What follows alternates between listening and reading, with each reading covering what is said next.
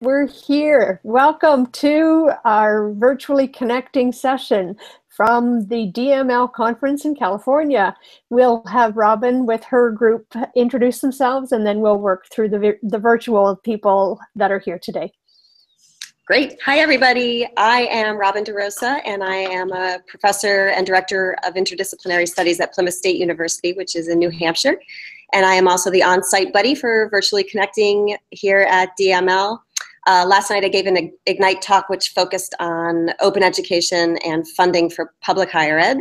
And I am super excited to be chatting with this group, some of whom I know from the Twitterverse and some who are new to me. So I will let them introduce themselves. Hi everybody, I'm Nicole Mira. I'm an assistant professor of English education at the University of Texas at El Paso. My research interests focus on the intersection of critical literacy and civic engagement across classroom, community, and digital spaces. And I gave a workshop on Wednesday about youth participatory action research, which is one of my focus areas. I'm happy to be here. Hey folks, I'm Rami Kalir. I'm an assistant professor of information and learning technologies at the University of Colorado in Denver. And today I'm giving an Ignite talk in the afternoon about web annotation and the tool Hypothesis, which...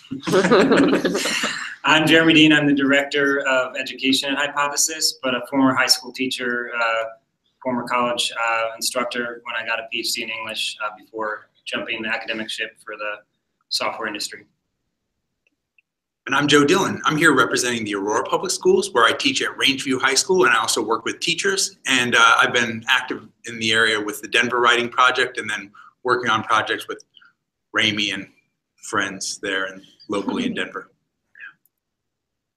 So, hi. Oh, there's a bit of an echo.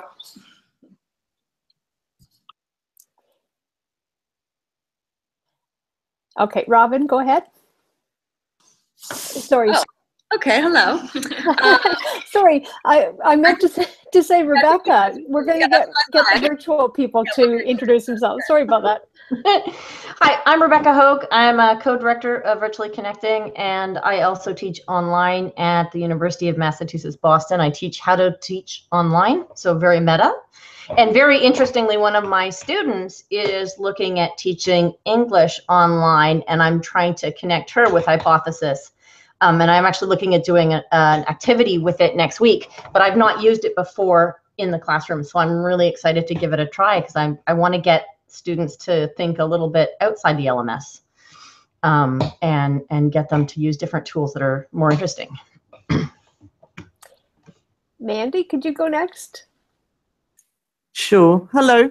I was working at the Open University for quite a long time before I left and came here to America, where I'm building a house. So nothing to do with anything, but I keep diving in here to keep my hand in. I'm really interested in Hypothesis, which was something which I was also which I looked at just now, having got very excited about MootNote a while ago.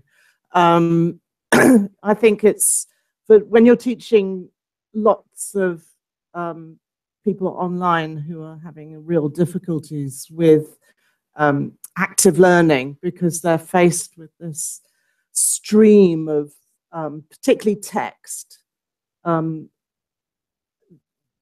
think this is a fantastic tool. So I'm really interested to be listening about what you're planning next and etc. Okay.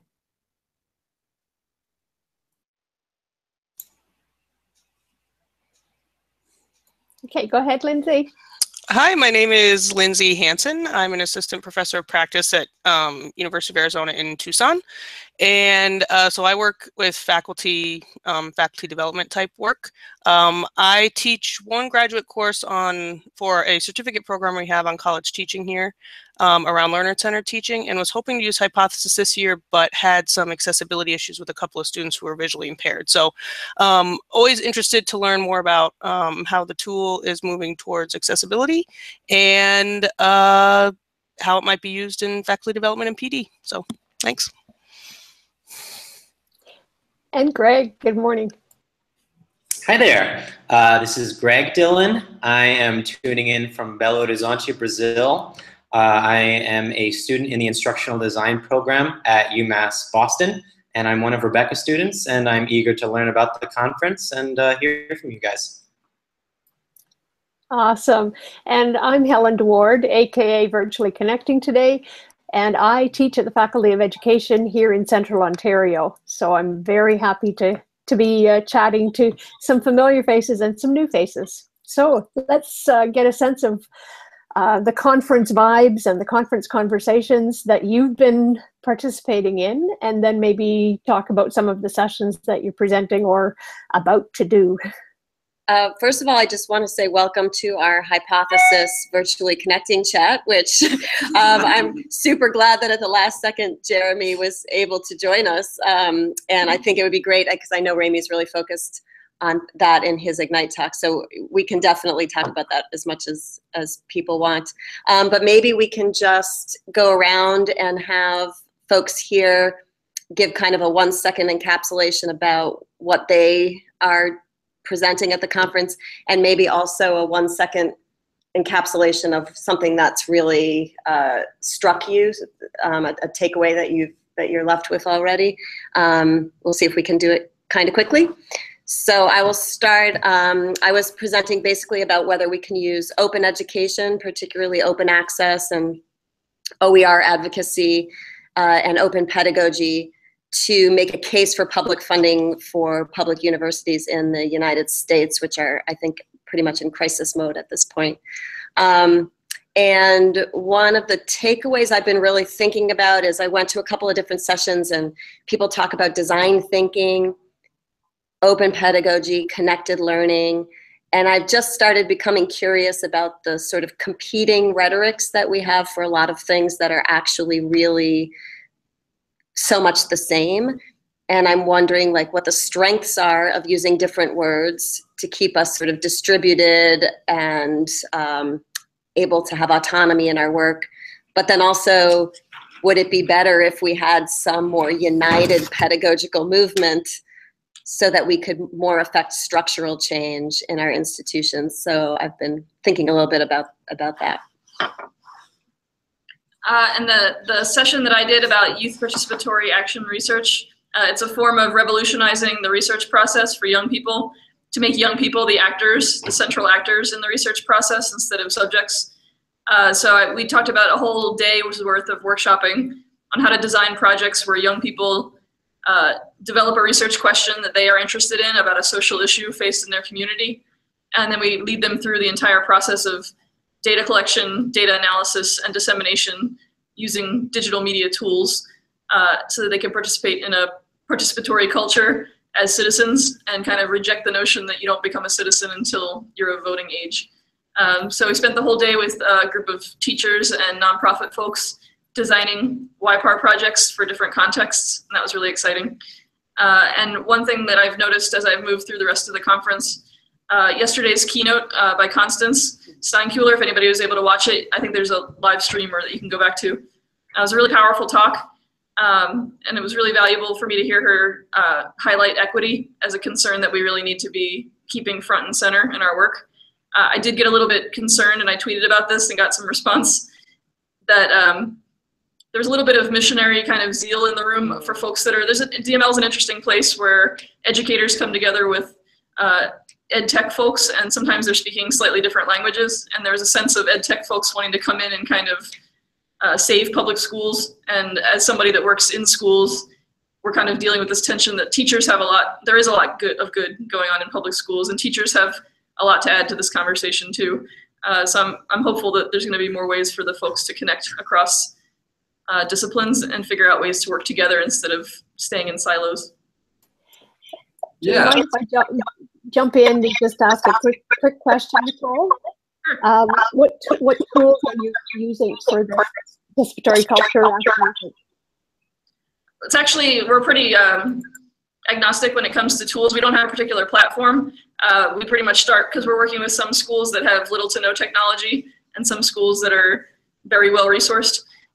So a lot of it is about community mapping. So we do some GIS mapping so that students can see what resources they have in their communities. And then it's a lot of old-fashioned,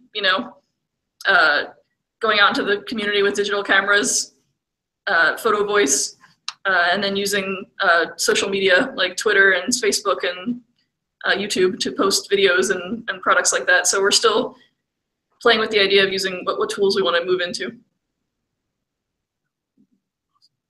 So I'm giving an Ignite talk later this afternoon, specifically about the role of hypothesis in knowledge construction, notions of social critique, and some commentary on access, really along some of the lines of what Robin's spoken about earlier. I'll just mention very briefly a few kind of like logistical, kind of broader conference level, maybe updates or announcements that might be actually of interest to folks, because this community and space is, I think, very dynamic and growing in some ways. So there is a kind of growing sense that the DML community, at least in one geographic sense, is kind of becoming more rooted here at the University of California in Irvine. There are some new faculty that are joining the university here. There seems like a lot of institutional support from the School of Education to really kind of ground some of the DML work in this institution, which is interesting. And again, folks may or may not know that it was announced yesterday that the DML conference next year will also be here at UC Irvine for the second year in a row, and also during the first week of October. And so it's interesting, after many years in which the DML conference kind of jumped around from city to city and was not as rooted, at least from a conference perspective, in a particular institution, it's just a shift that I think might be of interest to all folks to know how this community, from a broad perspective, some aspects of it are beginning to shift and maybe settle. So I think this is a great conference. It's a great community. I wish I was still in the classroom because, the big takeaway for me is there's a lot of really neat projects that are models for really exciting things that can be done in one's own classroom. And that's really awesome, I think, for teachers. So I think it's a really inspiring place for practicing educators, and a great community for that. I have been excited from my hypothesis, my hypothesis hat on, in terms of listening to the way people are talking about these projects and talking about pedagogy more broadly, and just feeling a lot of resonance with some unarticulated ways that I've always thought hypothesis was working. Participatory politics, connected learning, these kind of buzzwordy things, but also the elaboration of why they matter in the classroom. So I'm getting a lot of language to be able to talk about what I think hypothesis is capable of supporting the classroom from these educators and their projects. Yeah, and for me, I'm excited to be here. This is my second time coming to DML, and I was in Boston years ago. And I think for me, I just come as an engaged learner, so I was not presenting. But having worked on a research practice partnership last semester of last year with Ramy, I'm interested in those partnership opportunities between schools and research institutions. And the keynote that Nicole referenced was really interesting for me to think about as a text, because I certainly appreciate this community because of the open nature of that keynote as a text, and the idea that we can revisit it. And but being here, I was also privy to Nicole's comments after the fact, and I think that adds on to the conversation and probably speaks to the power of annotation for sure. And I think there was another, Nicole tweeted about that consideration about partnering with teachers, which is important to me and it resonates with me. And I think Antero Garcia tweeted also that he was concerned about the notion that we would organize for youth as opposed to organizing with youth, right? And I think that got me thinking about how youth aren't stakeholders who need to be shepherded, but that we all have this learning in front of us with as we uncover these options. And so the idea that we're all learners in that space, and that, to the degree that we can break down some of these historical, divisions between research institutions, K-12 schools, teachers, and students, and really just shake up those roles, I think for me, that's interesting to uncover those possibilities here. Yeah, I just wanted to jump in really quickly because I was thinking about virtually connecting on this too. When I was at DigPed PEI, I had tweeted out something from, I won't go into it too much, but from a student, said, oh, look at this student thing, which is relevant to what we're talking about. And the student kind of pushed back from the Twitterverse and said, I'm not a student, I'm the author of that thing, and I want to be referenced as the author. And also, why are you all at that conference and there's no students? And this, conference really about like engaged student-centered pedagogy, right? And the bloody irony of no students being there. And I started thinking, like, because there's so many access barriers to including students in conferences where they have to be funded and travel and be away from parents and whatever else. And I thought, well, I wonder, V-Connecting could be a way to include more student voices in conferences, because, especially if they had a faculty member who was willing to kind of mentor them in the process, it might be a pretty easy way to get their voices integrated. I guess one question I have in that is sort of it comes to, sorry, just need to mute. It depends on how you define student, right? Like there is the youth student is in the K-12 setting, but there's also undergrad and graduate students. And I do think that we do include graduate students in these spaces. I just sort of wanted to highlight that because one of my students is here. Yeah, we actually had an we had this conversation the other night. At dinner. Yeah. We were talking about, because I brought, as someone that does YPAR, I've been very invested in trying to get young people represented at conferences. In 2011, we were able to fundraise and get our entire group of 30 students who were part of the Council of Youth Research in Los Angeles to go to the American Educational Research Association annual meeting. And we wrote proposals and then they took over entire sessions. So we really kind of shook up the place by having it. And at the largest gathering in North America of educational researchers, it was jarring for a lot of folks to see a group of 30 kids from South and East LA walking through the hallways. Some folks didn't think they belonged there, and that really exposed a lot of tensions around who researchers think their work is for and why we do the work we do. So I think occasionally it's important to definitely get young people into those spaces to remind everyone that they are not objects and that they can actually speak from their lived experiences. But at the same time, we talked about that we don't necessarily need to, that doesn't mean that every single conference, anything about youth has to automatically always have youth voice, because there's also conversations that need to be had among us as researchers sometimes about how to facilitate this work, the issues that are being raised. It doesn't necessarily delegitimize every single conversation if there's not always a young person present. But I think it needs to be a little bit more balanced than it currently is in the conference landscape. And I think it can definitely help. I went to a conference last year, Big Ideas Fest, and they actually had 2 youth groups from East Oakland come in, and they were part of the whole theme of the conference was breaking the prison to school or school to prison pipeline. And we did this whole design thinking thing. The challenge was that all the youth sat at the same table. And there was no cross-pollination. I accidentally sat at the youth table, so I actually ended up going through it with the youth, and it was very eye-opening for me as a Canadian to see what an inner city school, and when we're looking at this thing and these kids are talking about, we're like, how can they learn and all of this stuff, and they're talking about basic safety. I need a ride to get to school so I don't get shot on the way. Like just this whole mindset of that, basic thing really rocked my world.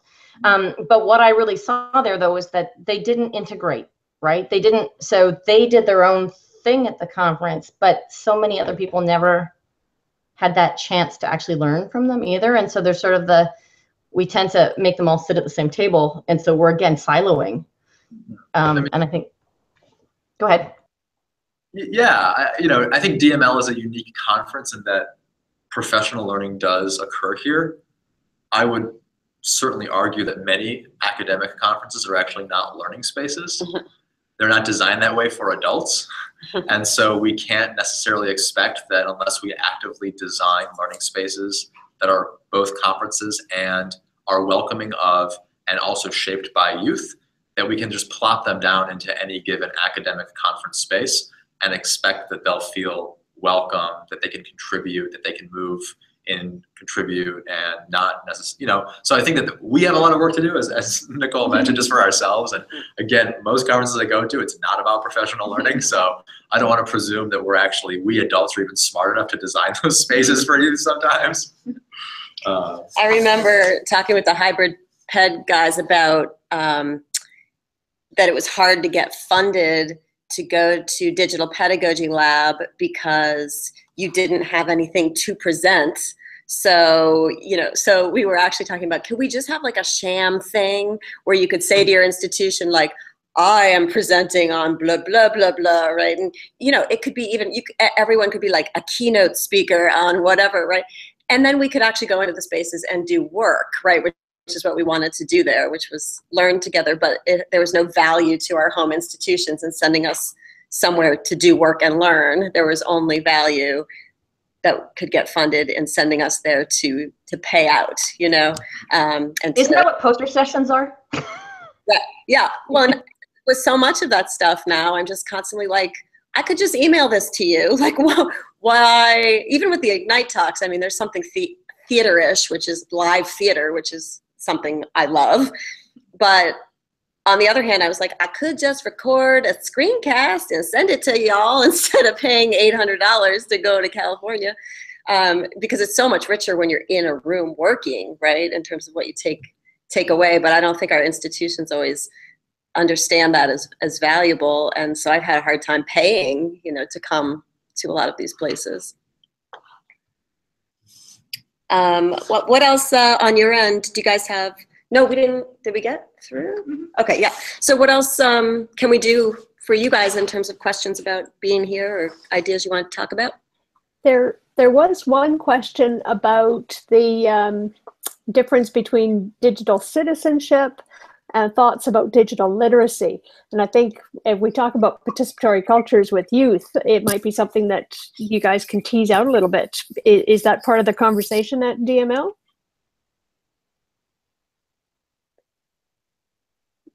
Yeah. One of the sessions I was a respondent for yesterday had some folks that were looking at this idea of participatory culture. So I think we're trying to break down.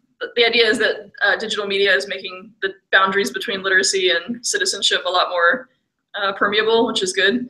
But that we still have a long way to go in terms of changing popular conceptions of what citizenship means. There's definitely still a big narrative. Number one, that citizenship is a status that you either have or don't have, which for me, now that I'm living on the border between the US and Mexico, it's becoming a lot more stark for me how that whole black and white does not exist. It's much more gray. And also the fact that there's an idea of the good citizen, which is based on a lot of behaviors that maybe don't even apply anymore in our digital age as to what it means to be civically engaged. A lot of the traditional measures of civic engagement, such as belonging to a political party, I think belonging to a union still shows up on a lot of large-scale survey measures, and there's nothing on there about creating media that you share with friends on a social network about political issues, which is now one of the major ways that the participatory politics report that Joe Kahn and Kathy Cohen wrote, that's one of the main ways that young people are engaging politically, and it's a valid, valuable form of civic engagement. So I think there's been some conversation at the conference around what does it mean to, Alyssa from Youth Radio, which is a great organization in Oakland, talked about the idea of wide awakeness, especially for young people living in kind of oppressive conditions, of civic engagement as a form of struggle and a form of critical consciousness. So, and how digital media can support that vision of civic engagement. So I think there is some conversation about it. I don't know if it's spread through the entire, I think it's about to actually, because we're about to have our next keynote, which is going to be focusing on the idea of dreamers and digital citizenship. And so I think that's going to be interesting to see how this conversation continues.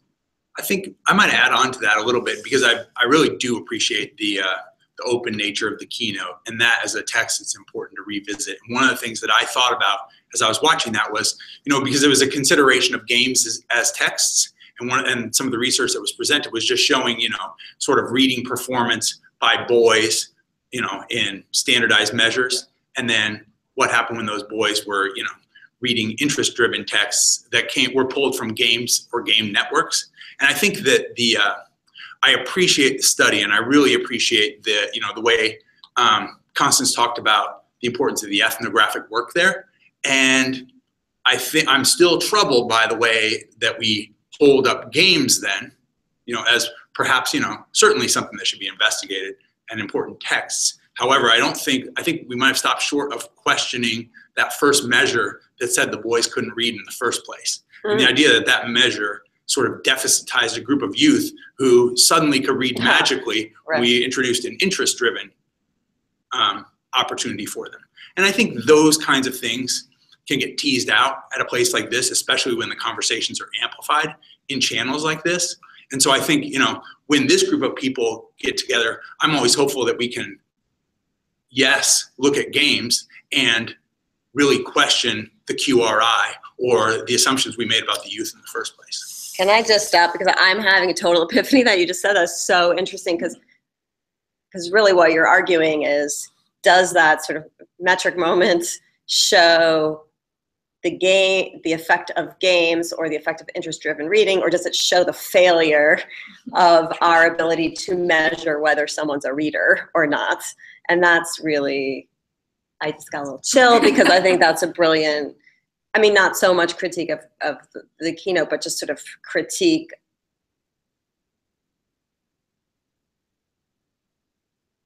like that. And like you said, it's not about not using gamification or games or whatever. I mean, great if it has some of these positive effects, but it seems like you're touching on something larger that we could address in other ways. That I just really love that. As a signal boost, that was just a +1. There's nothing else. I just want to butt in here, because I know that I thought that was also really interesting, and absolutely along with what I've been thinking about for quite a while. Constance has been was my inspiration for working with games and boys and young women in the classroom for about, I think that started about 7 years ago. And I was trying to really engage them, but it came from a media studies background, so that we were already investigating the texts within those games. It went hand in hand with, do you want to build this? Do you want to make this? It was pulling it apart first, and it did work. You know, I have one of my students actually got in contact with me over Facebook the other day and said, hey, you know what? I'm really sorry I was such a troublemaker, but I just want to thank you for pushing me to do all this work with games, and I've just graduated from a game course at higher education. So cool. That's what that's what I want to pull out from kids who are having trouble in the classroom. But I understand your point.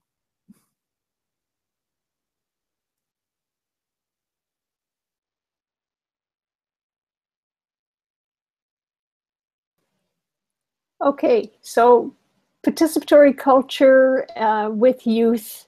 How many of you are experiencing, I say, with Hypothesis or other types of annotation tools in terms of getting students actively participating in media spaces? What are you using?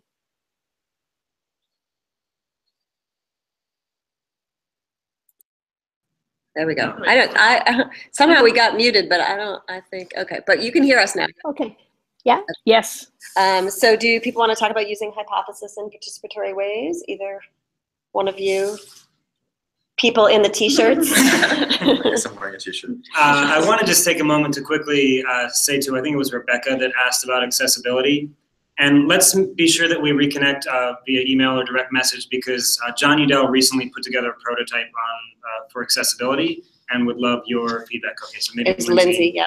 Sorry. So please reach out to me, Jeremy Dean at Hypothesis, and I'll send you John's blog. It has some links to the prototype and things like that, and would love your feedback. So yeah, I mean, that's what I think Hypothesis is all about, and we're partnering with the National Writing Project and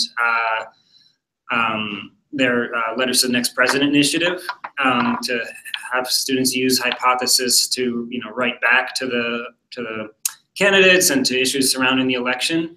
I will say that the infrastructure that we've built, there hasn't been a tremendous amount of uptake, at least in the public channel of Hypothesis for that particular project. We haven't seen masses of high school classes in public annotating Trump or Clinton speeches or legislation or things around the issues. I don't know, because I don't have access, if some of these classes are doing it in private. So that would be participatory culture, sort of slightly in a safer space, you know, as some schools need, some teachers feel as needed for protection of student ideas, protection of student work, protection of student identity.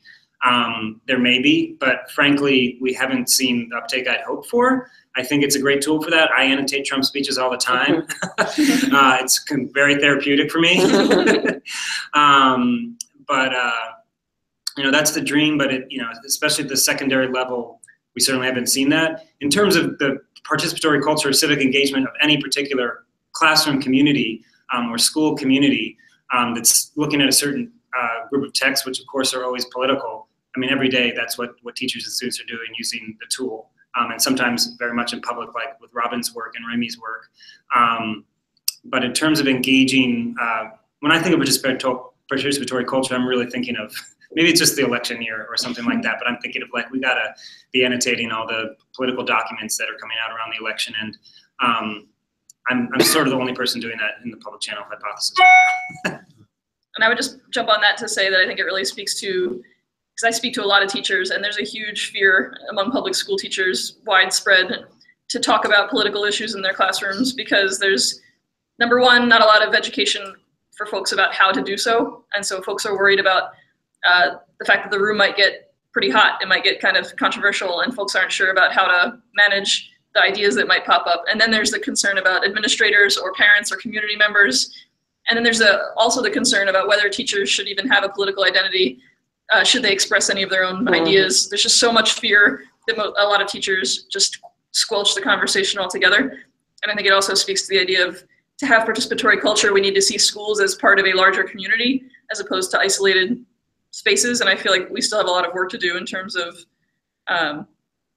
rethinking public schooling in a way that engages with those issues and creates a safe space for the flow of ideas about current civic issues.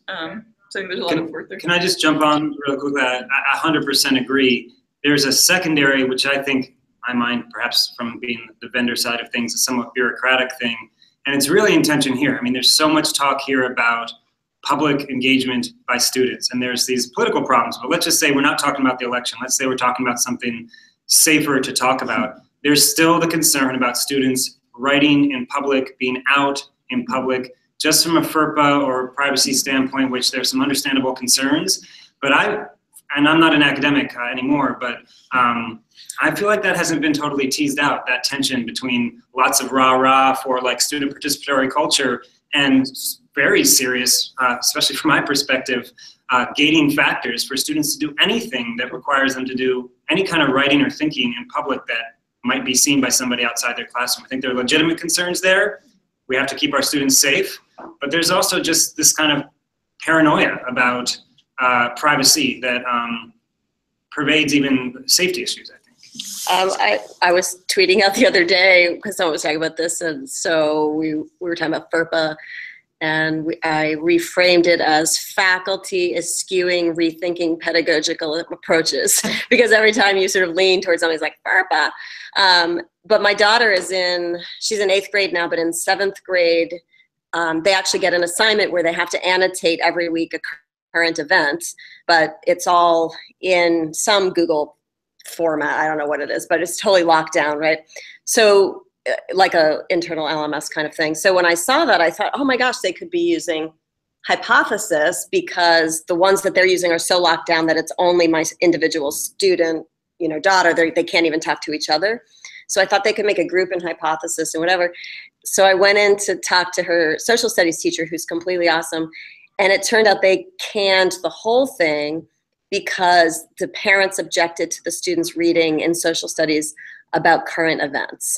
The main one that did it was Syrian refugees, right? And I will just be clear, in New Hampshire, we've accepted so far six Syrian refugees. So it's not like it's even this, super regional, controversial, whatever. So many issues just getting permission to involve students in their world, like on a basic level, has been really challenging. I just wanted to throw out one thing that I've been thinking about. I haven't thought this out, but I recently did a deep dive on FERPA, and was reading through, because we were trying to work with schools and assure them that our privacy practices were up to par and that they could use the tool in a way that was safe for students. And I think, you know, the terms of service and privacy agreement for Hypothesis is very protective of users in general. But we're trying to add some language to assure school districts specifically. And it was really interesting to learn this, and I haven't totally thought it out, but it seemed problematic to me. The way FERPA is set up, it's not as if students are protected that their stuff is just for them. It's actually that the school has absolute power over all the data and can do whatever it wants with it, which you could see as something protective. Like, we can take all the stuff that our students have used if we don't like your service anymore and not have it being contributing there. But it's also equally kind of oppressive in the sense of, like, these teachers and schools can do, not the teachers, but maybe administrators can do anything they want with this data. They could take it, they could do their own, you know, metrical analysis and leveraging for it. So there's a paranoia about the companies doing that, which I think is to some extent rightly placed, but actually, you know, the schools end up being empowered. And I haven't thought that that's necessarily definitely problematic, but it was surprising to me that it was basically like, we had to write into our terms of service, your school has absolute power to tell us to delete this stuff or to get a complete duplicate of it and do whatever you want with it. So they were the ones that sounded a little more corporate and overarching then. I mean, I'm sure I would say that that's a duty of care thing for the school over the kids. And one can look at it from the other perspective, but the reality is that the school is a legal body having a duty of care for their for the kids in there. Yeah, that's how I would approach it. I mean, I know you can come at it the other way. Because, I mean, I just think, I'm more familiar with the higher ed stuff, but I mean, predictive analytics are becoming such a major thing that, you know, we have codes of ethics that institutions can follow for how they use student data, but so few schools actually subscribe to those codes of ethics that give students not just agency in controlling their own data and ownership over their own data, but even just knowledge of how that data is being used. I think particularly in higher ed, where we're talking about 18-plus-year-olds whose data is being used to give them advice about, you know, right, their money and their academic paths. So to be clear, there's a scenario in which the school could disempower the student, because we could have a terms of service that are generous to our users and say, you have absolute control over your stuff. It's yours. If you don't want people to look at it, you can do what you want. You're the informed and active and in control ownership person in this scenario. But the school agreement actually supersedes that. And again, I get that there's safety concerns, and I'm not suggesting that it's totally misguided, but it is interesting that the sort of FERPA guidelines could like supersede very generous user protection agreements that a organization like Hypothesis could put into place. Because then, especially if we're talking about students writing in public, then their public civic engagement is coming under the purview of their, you know, permanent record, you know. If I could just jump in, because I think it would be great to hear Ramy talk about how his students are using the tool. Well, yeah, okay, go for it. So, but quickly, what I wanted to say is, because I agree those issues are sort of, I mean, they're sort of long-lasting issues, and the debate around them continues, and it will continue. I think it's important to highlight a project through the National Writing Project that's youthvoices.live, and that's a site where, you know, high school teachers and some higher ed teachers have their students in there authoring in public spaces, and the site uses Hypothesis natively. And I think one of the things I think is so powerful about that project is that the National Writing Project has been thinking about youth writing in public for so long.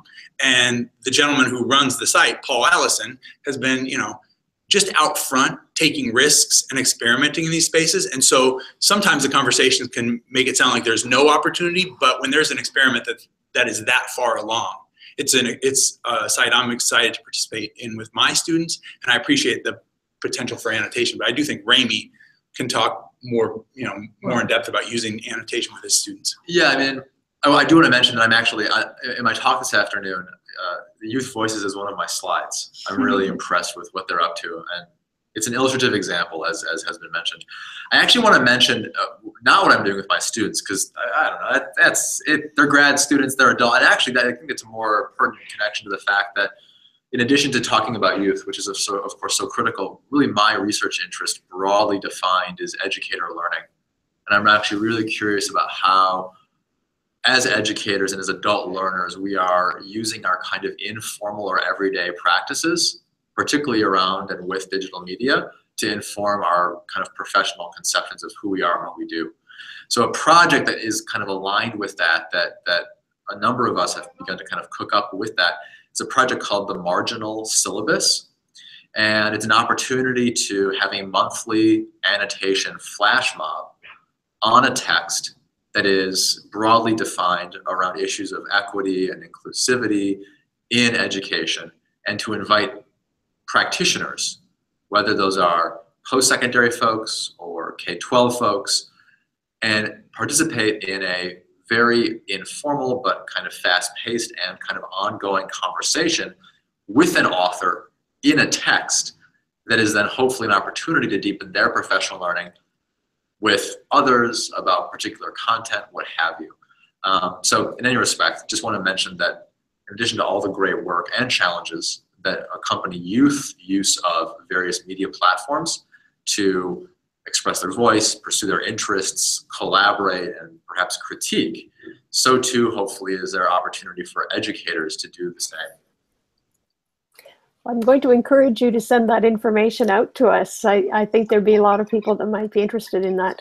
You're going to mention that in your Ignite this afternoon? The talk, and actually the website is, if you just type into your, any web browser, Marginal Syllabus, okay, and put the dot right before the US. So Marginal Syllabus, but it's .us, will take you to that resource. Thank you very much. I'm conscious of the time. Do you have some last thoughts? Because I know you've got a session to get to, and then the virtual folks can stay and chat a little bit longer if they'd like. Anybody want to? So Joe, I'm going to ask you, how's your Pokemon going? Joe, did you ask me? Yeah, how's your Pokemon? Oh, it's dried up sadly. I guess the only tale to tell there is that every time my 10-year-old steals my phone, she populates everything with screenshots of Pokemon Go and now screencasts of Pokemon Go, which have just like totally ruined all my storage. I'll just say logistically that I know those that are interested in Hypothesis, reach out to me directly and we can work one-on-one to make it work in the context, or see if it can work in the context that you want it to. Just one quick question about Hypothesis. Is it also being used for assessment feedback? Like in terms of informal assessment for how students are? Yeah. And I do that in my graduate education. The short answer is yes. You've done. Yeah, I mean, I don't know if this is what you mean, but my students get graded on Hypothesis use, but it's all self-evaluation that's guided by rubrics that we crowdsource at the beginning of the semester. So they're always a little bit different, and they allow for a lot of flexibility in how the tool gets used, because people really like to annotate differently, and I'm aware of the fact that when you annotate on a book, one of the best things about that is the fact that no one's going to look at it, so you can do whatever you want. And I wanted to retain some of that sense of freedom with Hypothesis, that you could annotate in the way that felt, so some people are very funny, very playful, some people are very informative, some people kind of just like to type the same thing that the book just said, they like to just, and it's fine. So I allow in the assessments for lots of different kinds of uses of Hypothesis, but I do want them to be actively engaged with the tool. So it's kind of an engagement measure. Yeah. And then the other thing we do is at the end of the semester, we assess whether we will keep using the tool or not individually. So I encourage them to engage, but I empower them to also reject the tool if it ends up not working for them, which I will say generally every semester there's one or two students who at the end say, this is really not for me. And it's usually because they are paper and pen people and they've given it a really good shot, but that's just what works better for their brain. So that's part of their assessment too, is whether or not they would consider themselves digital annotators, and what the pros and cons are of the tool I think for me, when I'm thinking, I'm thinking with my Open University hat on now, and one of the criticisms that students have had at the OU is that almost all materials are now digital rather than being printed, and that lots of them are having real difficulties with managing that, probably because they perceive themselves as pen and paper people rather than learning a new skill. And it is learning a new skill. So I think it's really interesting what you're doing, because you're teaching them the skill at the same time as, yeah. Thank you. Yeah, and I usually do try to kind of tell them that we can't reject it until we learn some of the best ways to use it for ourselves. So if we give it a good 4 or 5 month go, then we have a lot of information for making an informed decision about the tool. But I have no tolerance for week 2, like Twitter sucks, like I can't do anything with it. I'm like, great, you've got to build a working system for yourself, and then you can assess it. I say to them, do you want me to grade you, give you a final grade in the course after the first week? No. So you have to get in there and get to know it a little bit. Thank you so much. Yes, I know you do have to get going. So we really appreciate the conversations, the opportunities you're extending, and the information you've shared today. Thanks so much. Thank you. This is great. This is lovely. Find us on Twitter. We can keep talking. Yes, indeed. Yes, absolutely. Bye. Folks, take care. Bye-bye, everybody.